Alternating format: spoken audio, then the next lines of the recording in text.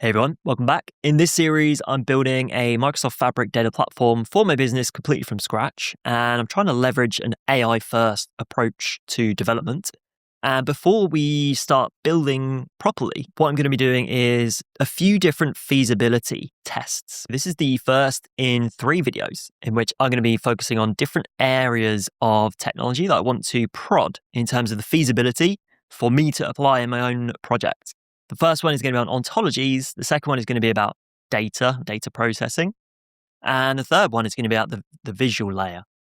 So the goal for all 3 of these feasibility assessments is to try and understand if these technologies are going to be able to do what I think they can do and what I need them to be able to do to bring alive the technological vision that I have for this project. I'm going to be documenting my research into these tools and how I want to use them in an AI-first approach.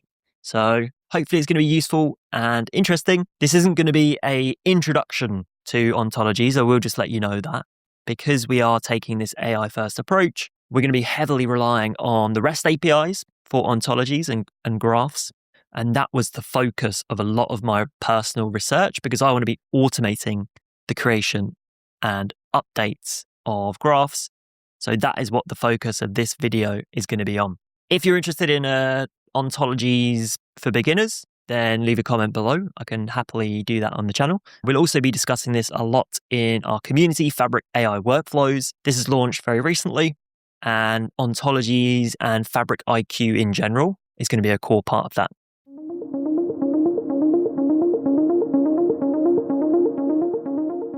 As a quick refresher, this is what I'm calling the working architecture that I'm building towards here. I haven't designed the architecture yet, but these are some of the ideas that I want to explore within this series. Now, one of the main ones is the ontology in the graph, because I can see this playing a very big role in Fabric architectures in the future. So much so that I think it's going to drive a lot of the architectural decisions, and hence why I'm starting with it as the first feasibility study. It makes sense to me, at least, that we define our business questions that we want answering first up front, and then use that to define our ontology, and then use that to define our gold layer tables, for example. Obviously, with vision of what we have in our sources, we need to be realistic with these things. And then, the raw layer and everything that comes in between here, we could pretty much automate most of that, I think. Once you've got a really good gold layer and your ontology, then that's going to prescribe exactly what you need for everything going backwards. And it's also going to allow us to build things like web apps and agents on top of the ontology. So for me, I can see this playing a really big role in the future. And so that's why I want to test it, essentially. Ontologies, for me, are quite high, what I would call technological risk. As I mentioned in both of the previous videos, this is quite experimental, what I'm doing here. So I don't recommend you go away and implement everything that I show you in this video right away. Definitely wait until the ontology and graph reaches production to use it in production workflows.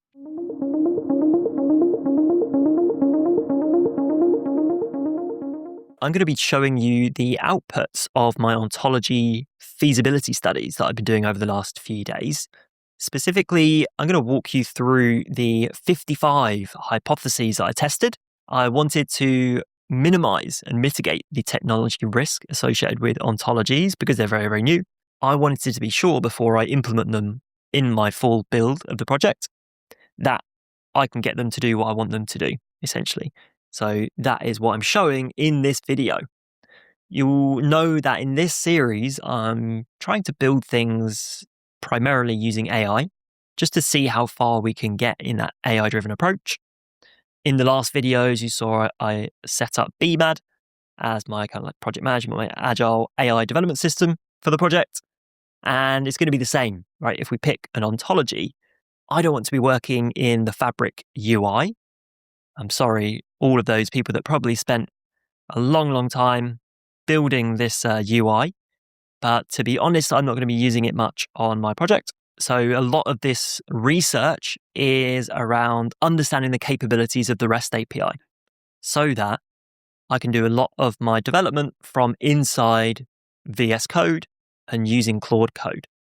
as a result of that, this isn't just a desk study. I've also been building a lot of tooling here that's going to be really useful when we step into the build phase.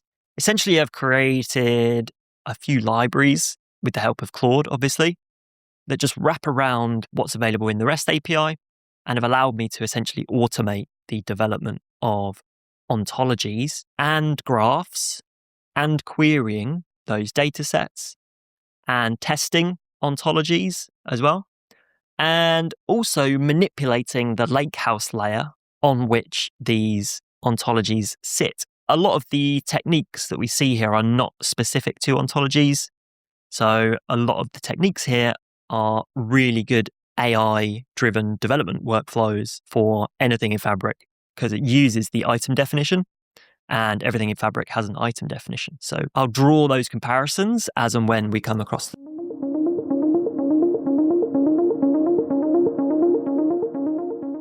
So I'm going to start by talking about the ontology API discovery and item definition structure. And we follow a fairly similar structure throughout all of these sections. I'm going to show you some of the key prompts that drove my analysis for each section. Any aha moments, so things that I discovered that were interesting or I didn't expect. An outline of some of the code that was developed during that stage as well, and the outcomes here as well. Section 2 was around entities and relationships. I wanted to test the ability to create them and update them via the API. Same with data binding. So I wanted to understand a little bit more about how the binding of data works, because the ontology is a bit more conceptual, but you can bind it to real lakehouse tables. So I wanted to understand what that looked like, especially from the API perspective as well, and understand what are the touch points with a lakehouse. Now, I focused mainly on the lakehouse. You can connect these to warehouses and obviously semantic models as well, and KQL databases for time series data. So I'll talk you through some of my findings in that area. I developed this idea called ontology to lakehouse sync, because developing ontologies, it takes a lot of iteration. You are never going to design the perfect ontology for your business first time around. I can tell you that up front.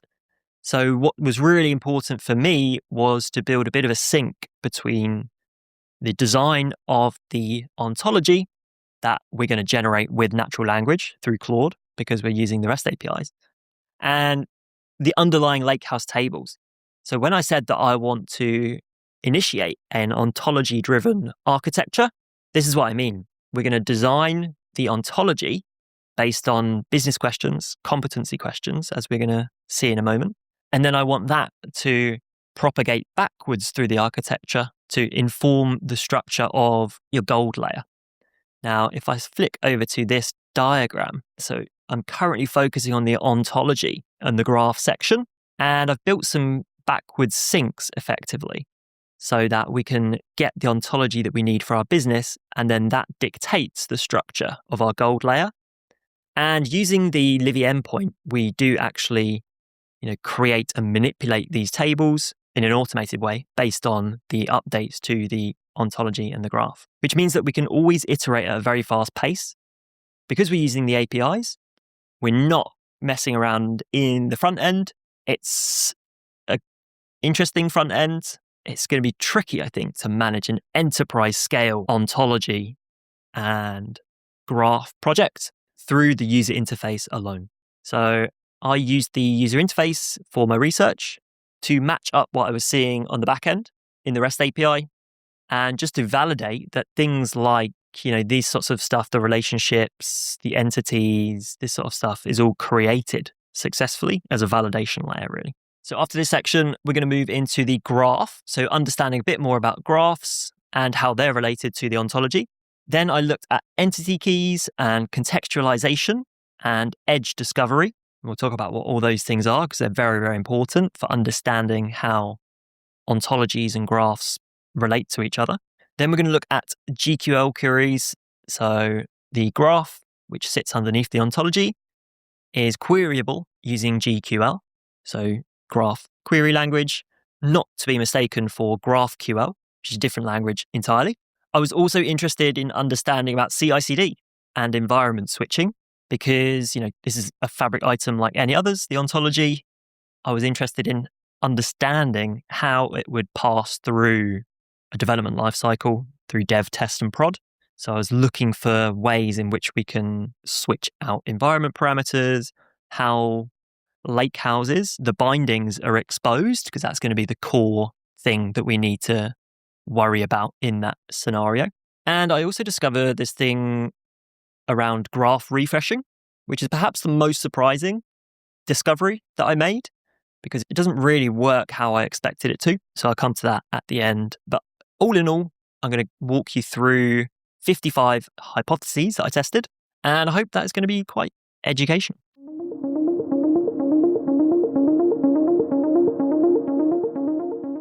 So I will just, before we dive into the key sections of the report and the findings, as I mentioned, as well as just researching this stuff, I also used it as an opportunity to create some quite useful code here, specifically kind of like wrapper libraries around the API to make it easier to work with, just Python files for things like the Ontology object, the graph object, the Livy client, which is for sending Spark jobs to a remote Fabric instance, basically.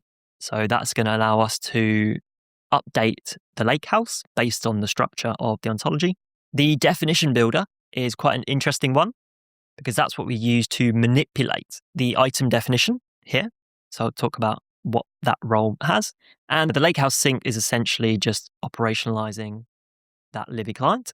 We did quite a few tests, so testing a lot of the CRUD operations, so the create and the updates and the deletes of entities and relationships, for example. We have quite a lot of GQL testing as well built into this. Refreshing, which, as I mentioned, I'll go into that in section 9. And then the end-to-end workflow tests, where I've just got a Python runner that walks through the design and build and binding and all of that sort of stuff. Now, this code I'm happy to share. So I'll maybe put this in a repository. I'll drop that at the bottom of this. Just note that it's not production level code. This one is more vibe codey, but I just used it to validate my assumptions and to validate that this tool does actually do what I want it to do. But this is not properly validated code, so just bear that in mind.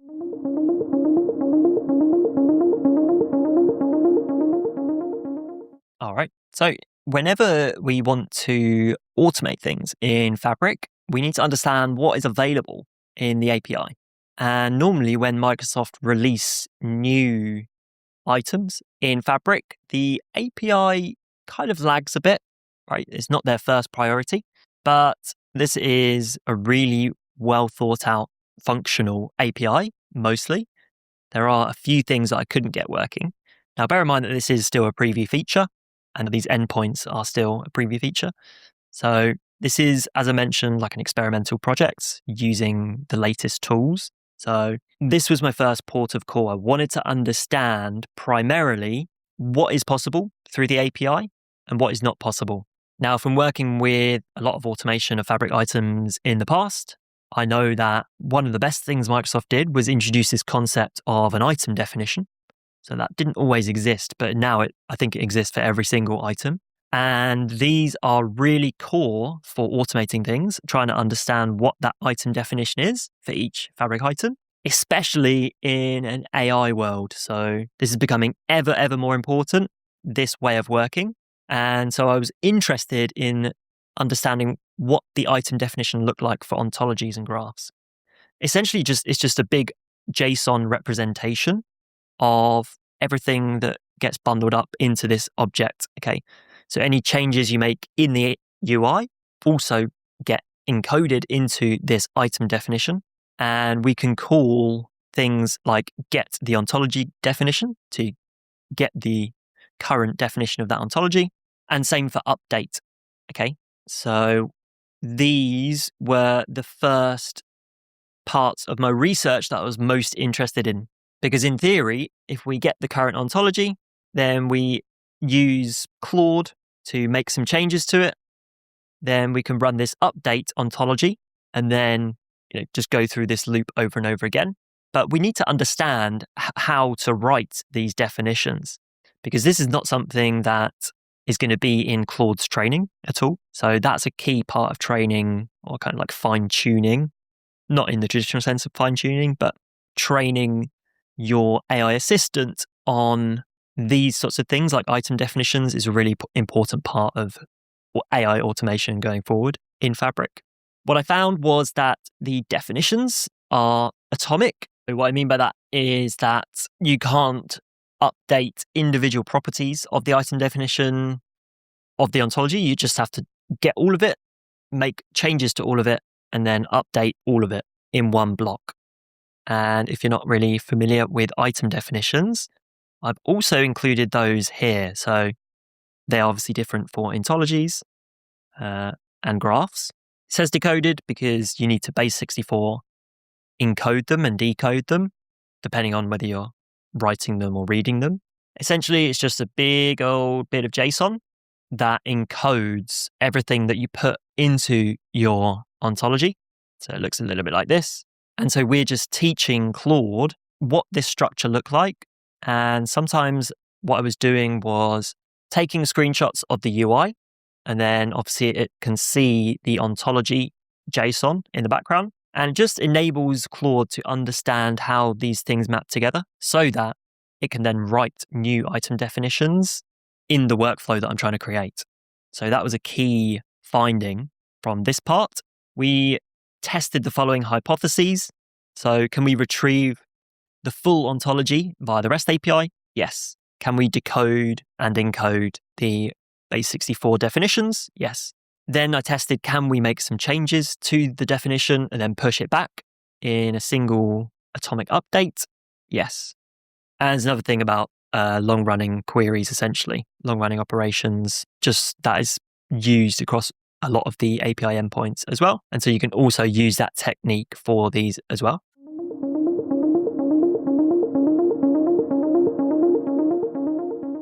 So the next thing from that observation that came to my head was, okay, well, if we can update these ontology objects through the API, then how do we go about making changes to our definition? Can we do certain things? Like, can we create new entities? Can we create new relationships? Can we create properties in our entities?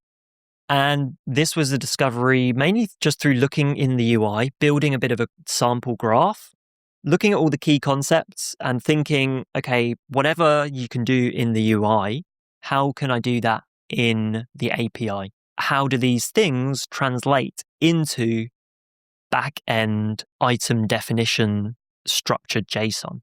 And you'll be pleased to know that all the hypotheses here passed. So I found it was possible to create new entities, read an entity, rename an entity, change the entity key, right? So the entity key was these things. They're very, very important in the ontology. It's very, very important, those. You also have things, these like entity type names, all of your properties down here. So that was a key part of it as well. Can we delete things? Can we create multiple entities in a single API call? Which you can, because you're just doing one definition, obviously. Creating relationships between two entities via the API, reading back that relationship. So the relationship is obviously this. So this is a relationship configuration. So I was checking how this gets encoded in the item definition for an ontology so that, again, we can, kind of like reverse engineer it so that we can write these using Claude through the API and so on. So all of these passed. So I was very happy with that. We get a really good control over pretty much everything in the ontology that we want.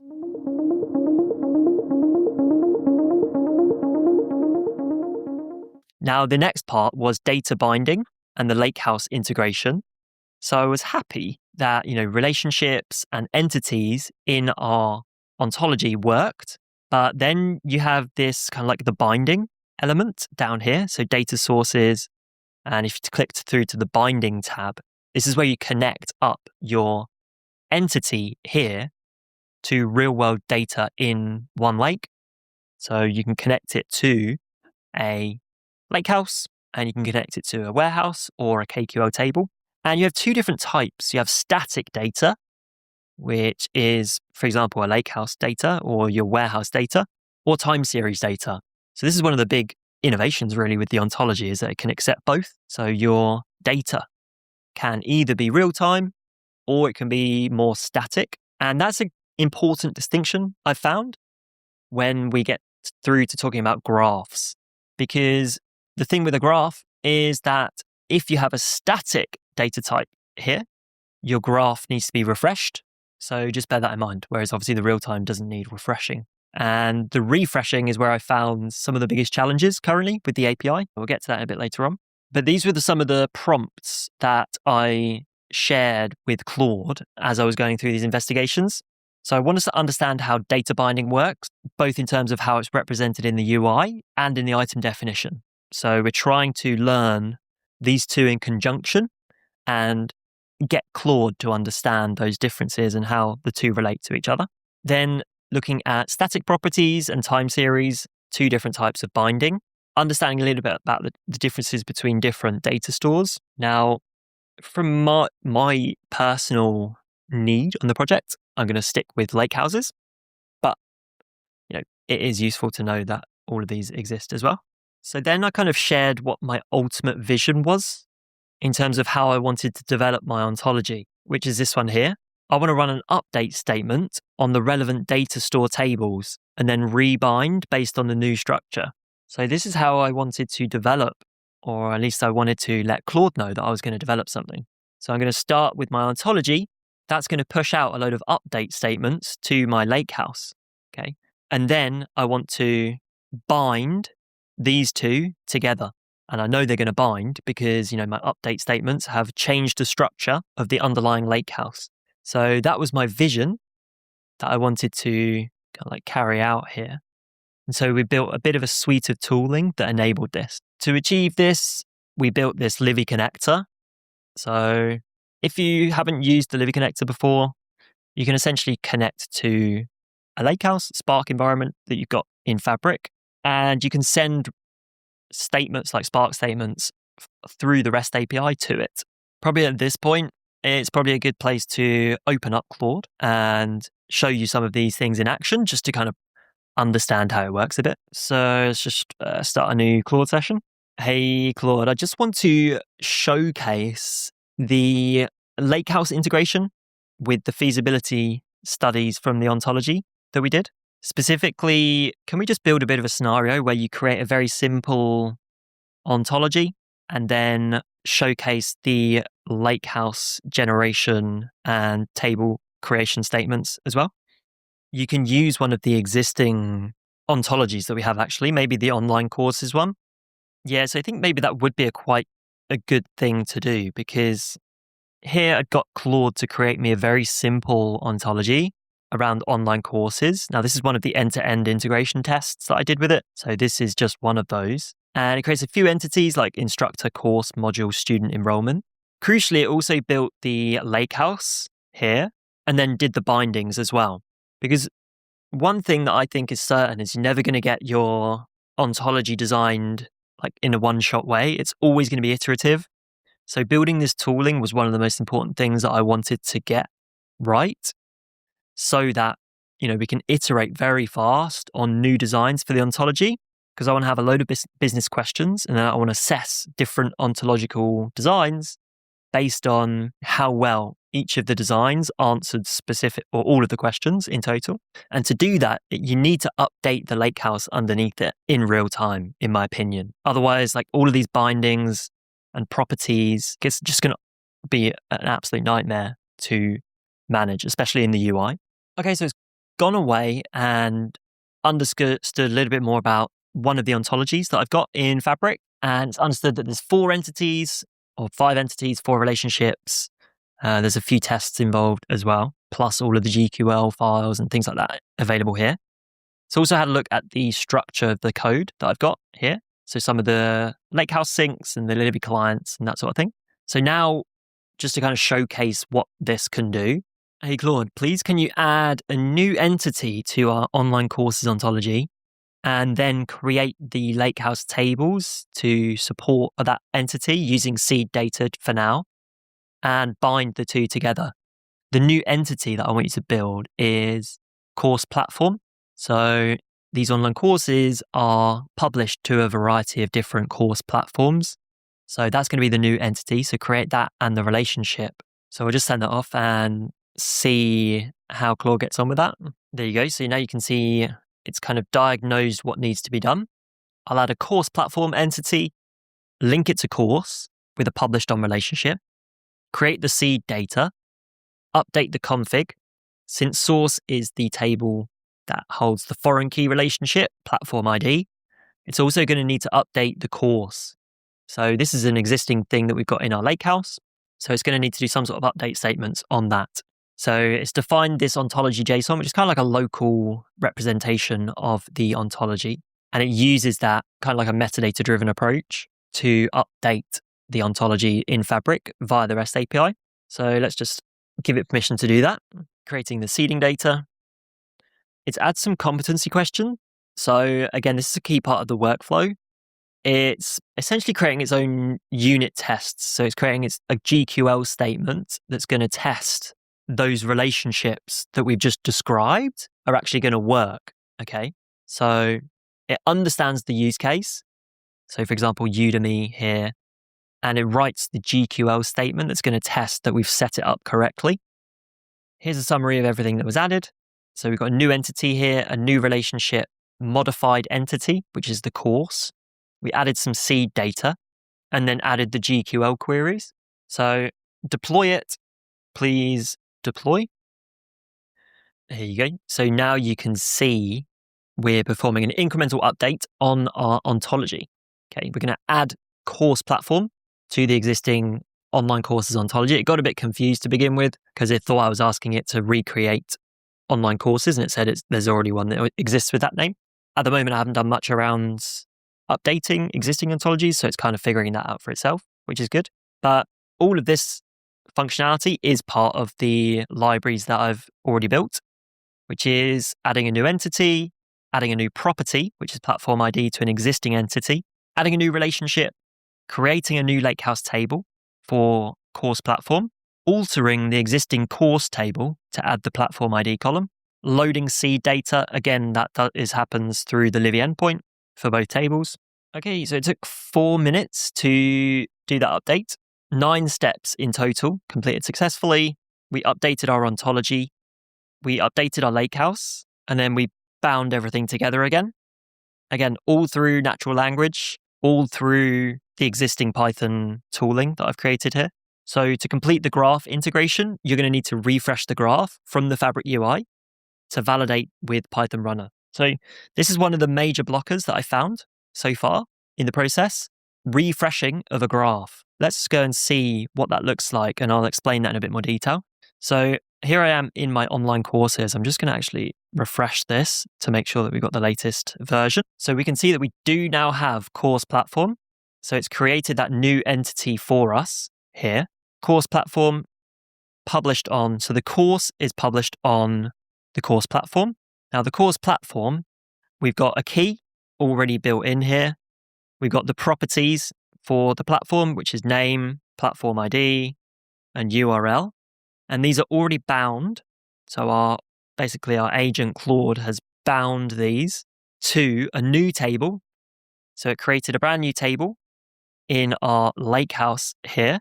We can go through to have a look at what that lakehouse looks like. So it created this table in the lakehouse as well. So this is a brand new table, course platform. It created these columns and then seeded the data with 3 rows just to kind of like prove it. It's got some data in it. This is helpful for when we run the GQL, and it's kind of like validates that the queries are working correctly. So that's why we add the seeding data in there. The other update was the course. So it also updated this existing lakehouse table. Again, only from VS Code. I haven't touched anything in this lakehouse. It's all done through the Livy endpoint via the REST API. So you can start to see the power of this tooling now, hopefully. We can interact with the ontology through Claude or through any language model, really. And once you've got the tooling in place, you can use it to then design and iterate on your ontology and have all of the lakehouse stuff underneath it automatically update. So that is really, really powerful. Obviously, you need to be careful about your development workflow if you're doing this. You don't necessarily want to have your production lakehouse doing this sorts of updates. But in your dev workspace, especially in that first implementation phase where you're building out your ontology, this is going to be really, really powerful tooling. Okay, so I think that demonstrates the data binding automation that we developed in this and the lakehouse integration work as well. The aha moments, the ultimate vision was kind of realized at this point where we can have this full cycle almost with Lakehouse Sync, where we can talk in the language of the business and it's going to update the ontology and then it's going to update the Lakehouse layer below it. Okay, so that was definitely an aha moment. Some of the hypotheses. So can we create a Spark Livy session programmatically from VS Code? Yes. Can we create Delta tables via Spark SQL through the Livy API? Yes, we can. Can we do like insert statements? Can we understand the table schema? Can we programmatically check if a table exists? We can. Can we alter the table and add new columns to an existing table? And can we drop tables as well?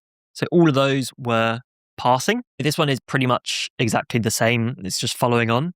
It's just operationalizing the work that we did to understand, whether we could have that sync between the lakehouse and the ontology. We automated the case for property updates, but what about entire new entities? Is that covered? So Ontology Designer creates 3 new entities. These were some of the key prompts. So please, can you use this functionality to create lakehouse tables for the ontology in the workspace and create bindings? Don't delete it after.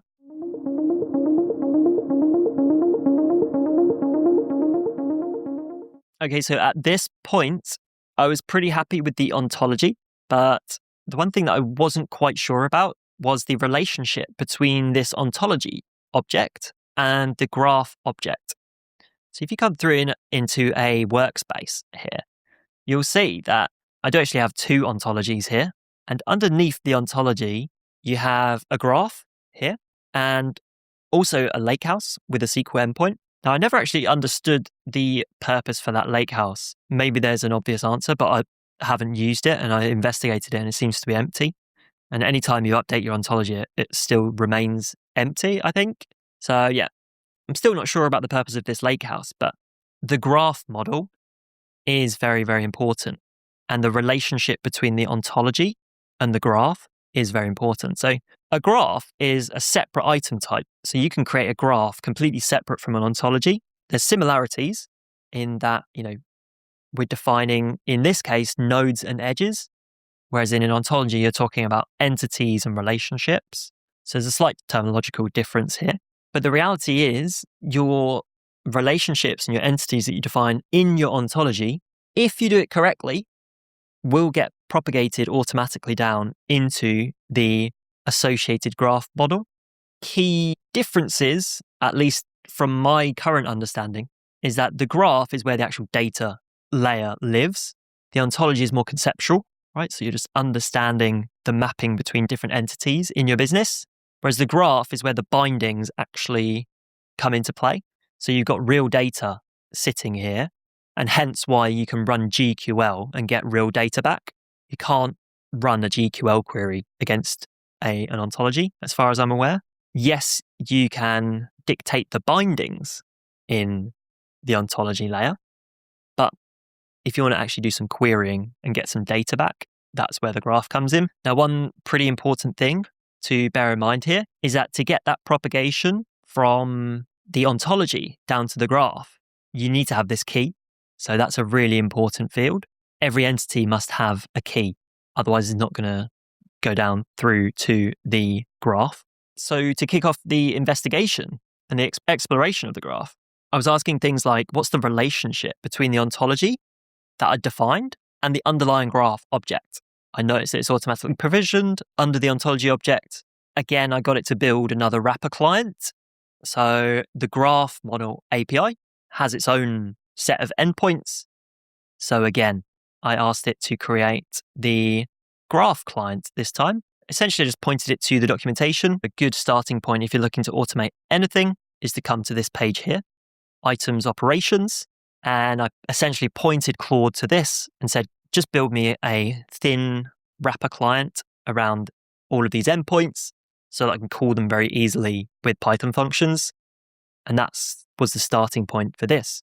Because once you do that, you get to learn about how the endpoints function, and you get to see how the changes you make in the UI translate to these REST API endpoints as well. So we built this graph client. The key questions and hypotheses that we tested in the graph modeling section were, are there REST API endpoints for the graph model? Can we list and get the graph model via the API? Again, can we do the decoding and the encoding thing? And what does the item definition essentially look like for graphs? So I haven't gone into it in too much detail here, but again, I got it to list out a graph item definition and got it to study it essentially, understand the key structure of it, and understanding how edges are defined in this item definition, how nodes are defined.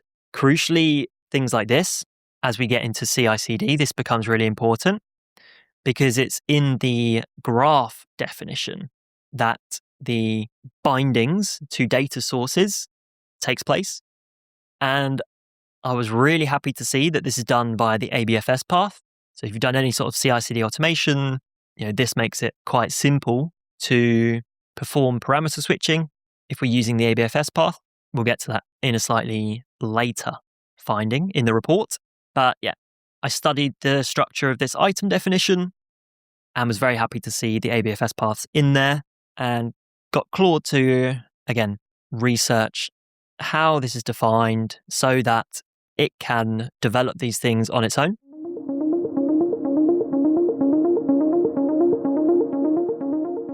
Okay, section 6 deals with some of the things that I maybe didn't quite understand at first about graphs and entities and ontologies and how the two relate. So I was using this example of like a library with library and books and library inventory. And initially I created library inventory as a mapping table of sorts to map books to libraries. First mistake I made was not including an entity key. So if you don't include an entity key in the ontology, it's not going to propagate through into the graph, those nodes or edges. Then I discovered this concept of contextualization. So it's probably a better pattern not to include these kind of mapping tables, because graphs include this thing called contextualization, which is essentially the edges become the mapping table. So you have your source table and your like destination table, let's say, for the relationship. And the edge is the map between them. So you don't necessarily need a mapping table in all instances. So yeah, this was one of the key prompts. Essentially, I said, well, if I haven't modeled this correctly for a graph, then feel free to refactor it and design it in like better graph modeling concepts, going from a two-hop model into a direct relationship and using this contextualization, adding an edge between these two and configuring that edge to be the relationship essentially. So the aha moments, just to kind of reiterate, the entity key is very, very important in your ontology, because if you don't define that, then it's not going to come through into your graph. This one I worked with Claude and sent it some screenshots of the add edge node kind of visibility, just to see what that looked like from a data perspective in the UI. And then it got a better understanding of how to create these through the REST API. And then what we did was then create little functions for that in our Python libraries. So adding contextualization, making key reference bindings, adding list contextualizations, remove is like relationships essentially. These were some of the hypotheses that or the questions that we asked and answered during this phase. So can we do the data binding and the relationship contextualization using the REST API? Yes. Does contextualization correctly map junction table columns to source and target entity keys? Yes. Do ontology relationships without the contextualization appear in the graph? No, which is kind of what you're expecting, or what I found here. Does a graph object auto-provision under the ontology? Yes. Do ontology entities types with keys auto-create graph node types? Yes. What about without keys? No. Do ontology entity properties map correctly to node properties, graph node properties? Yes. Do ontology relationships with contextualizations auto-create graph edge types? Yes. Does the graph data source auto-point to bound lakehouse delta tables? Yes, via the ABFS path. So that's good as well.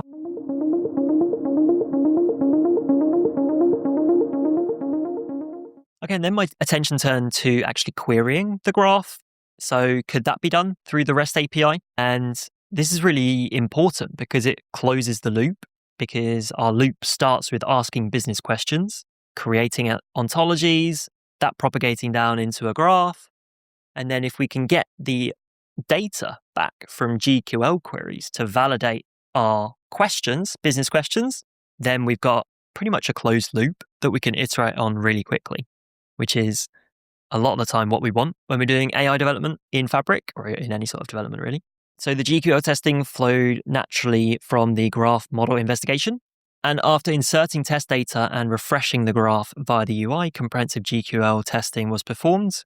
So what we found, or what I found, was that the save button is very important if you've got these static queries. So we're in a graph here, and the save button does a lot of things. It saves your actual graph, yes, but then it does this loading process, which for static data sets, as far as I understand, it's going to read all of your data and basically make it available in the graph, upon which we can then do our GQL queries. So that is a full load. Now, what I did find was that the API endpoint here, there is actually one for run on demand refresh graph. So this is very similar to the run on demand like notebook job, data pipeline job. If you've run those REST API endpoints, it's very, very similar. This one, I couldn't actually get to work. So I don't know if there's something wrong with this REST API endpoint. I tried a lot of different ways. The only way I could get it to work was to refresh via the UI, clicking this save button. So it's not a biggie, but it is a bit of a problem, I would say. It would be nice to have that working. I'm sure it will. Like I say, these are all very new, these endpoints. So, I'm sure that will start working soon. The other really useful endpoint that I built a lot of functionality around is this items execute query. Now, this one is in beta. I mean, they're all beta, I guess, but this one's even more beta than the others. And I used it and it seemed to work fine for me. So this was really key in that closing the loop. So I wanted to send off GQL queries via the REST API against my graph to validate my initial business questions. So yeah, that was really useful. The save button, as I mentioned, that's one of the really important takeaways, understanding how it works, and that is actually loading for static data. Created a series of testing scripts for GQL queries. The other thing I did, and I can put this in the repository, is this GQL syntax reference. So this is a good practice, I think, for working with large language models like Claude Code. Whenever it comes up against a problem and it can't execute a particular query or it writes the wrong thing, then you should get it to document what it did wrong into this sort of syntax reference. So anytime it made a mistake in any of the GQL syntax, things like this, like little snippets about how to work with particular parts of the REST API endpoint and how to structure your query so that it can be sent through the REST API. All of this sort of stuff, you want to make sure that whenever this happens, it's documented in a markdown file, because whenever I get my agent in the future to write GQL queries, which it probably will, I'm going to reference this file and say, make sure you take on board all of these gotchas that you've come across in the past. And in doing so, they produce a lot more reliable code very quickly. Same works for like notebook code, for SQL code in Fabric Data Warehouse as well. So the outcomes here were, the main one really was, can we execute GQL queries against the graph using the execute query API, which we can, and then understanding about different elements of the syntax in GQL, like match and return. Does where filtering work, count aggregations, order bys, JSON strings, limiting, traversing edges with match, this pattern here. Does graph return correct edge data matching lakehouse junction table rows, which is again like a common way that we're going to traverse the graphs, especially with those junction tables between two nodes. So that was good.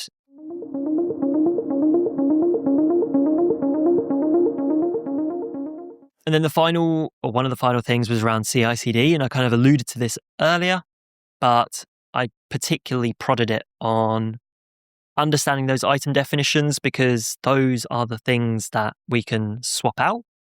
Now, I haven't actually checked, but I don't think this will be supported by Fabric CI/CD package yet, but we can create our own deployment script to sub out the ABFS paths or part of the ABFS path.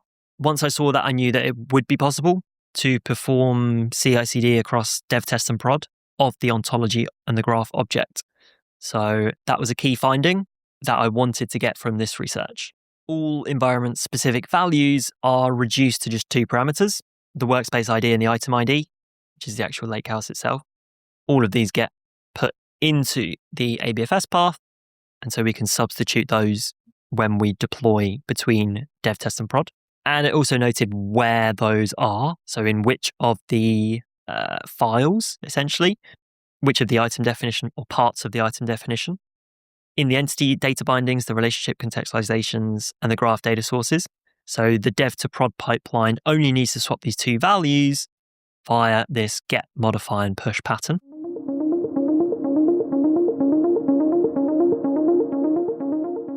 And the final point there is just to reiterate about graph refreshing. This, for me, is the biggest functionality that's missing in this whole workflow, because what I was worried about was that when we deploy changes through CI/CD to an ontology, then you want to refresh the graph based on the new structure of the graph, essentially. I was getting a bit desperate at this point because it wasn't working via the API. I thought maybe it's just undocumented that you need to add beta equals true, but it's not. And then I was getting increasingly worried. These are actual prompts that I used in the research to build a data agent on top of this. Yeah, so this is still quite a big question that I have. If I build a data agent on top of this, will it use the latest data? Or do I always have to keep on triggering a refresh of the graph? Now, I know for real-time data, you don't have to. I can understand probably why they do that for latency, but it doesn't seem like a very good design decision, personally. But yeah, that does seem to be the way that it's working at the moment. And we don't currently have a REST API endpoint, or I couldn't get it to work. So if you do get that refresh REST API endpoint working, then please let me know how. So just a summary of the refresh options. If you make a change to the schema in the ontology, this means, in the Fabric UI, then it does automatically update the graph. And when it changes the graph structure, it automatically refreshes the data as well. Schema changes via the REST API. So again, making changes to the ontology, that doesn't filter through automatically through to the graph. So it propagates down to the graph, but the data is not refreshed, is what I mean. On-demand refresh via the REST API. So there is that endpoint for on-demand refresh. I couldn't get it to work. It kept on saying invalid job type. I tried a lot of different permutations, but still didn't work. For ontology manager graphs, one thing you can do though is this graph scheduling. So you can see here with a graph, you can, in a similar way to a data pipeline, add in a schedule. So however frequently you want your graph updated, like every hour, for example, that would be one way of doing it. So the scheduled refresh via the Fabric UI is a yes. Pipeline activity for graph refresh. I thought that would be really nice, but they obviously haven't created it yet. Maybe that'll come in the future. This is a blocking gap for full CI/CD automation. So just bear that in mind. It's going to require some manual intervention. And just so we're clear there, that doesn't actually affect obviously the time series data. So when we're creating data bindings, it can either be static, like batch processing, lakehouse tables, warehouse tables, or KQL. And when we specify the time series type of data binding, this limitation doesn't exist, okay? So the query is going to bypass the graph snapshot, which is going to go directly to the KQL, okay? Now, I don't know why it doesn't do that for static as well, or at least give you the option. But yeah, that's the way it is.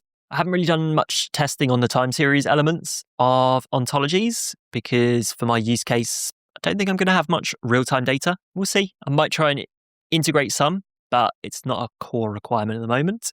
Didn't look at the warehouse or KQL bindings either. I assume the warehouse is going to be very similar to the lakehouse, still just in one lake at the end of the day. I didn't have a look much at updating the graph directly. Normally, most of the testing that I did was updating the ontology, and then that gets basically automatically represented within the graph. Didn't really do much about querying edge properties in GQL.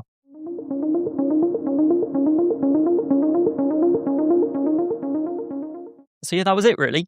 I'm not sure if that was helpful or boring, but yeah, I just wanted to document my process of how I analyze this particular set of technology for my given use case and my project in Fabric. I do see a lot of potential with ontologies, and now I'm probably more excited than I was when I started this feasibility study. We've built a really powerful set of tooling here that's going to enable us to work very quickly and iterate on these ontologies. And we're going to be using a lot of that tooling and upgrading it to make it really, really powerful so that we build a bit of a toolkit for designing and building ontologies through natural language, which I think is how people want to work these days, rather than playing around in the UI. Yes, it's nice to visualize them once you've created it in the UI, but I think this is going to become the predominant way that people create Fabric items of all kinds. And this is just how I'm going to be doing it with the ontology. As I mentioned, I'll drop some of this code. I won't leave the whole, I'm not going to make the whole repo public, but this research into and the tooling around ontologies, I'm happy to release so that you can get benefit from these and perform the same natural language to ontology creation stuff. So yeah, play around with it. Feel free to update it, take it, do whatever you want with it. I hope you find it useful. In the next video, I'm going to be continuing the focus around feasibility. And it's going to be a very interesting one next time because I'm going to look at the data layer and understanding if and how we can implement DuckDB and DBT to write our Delta Lake delta layers.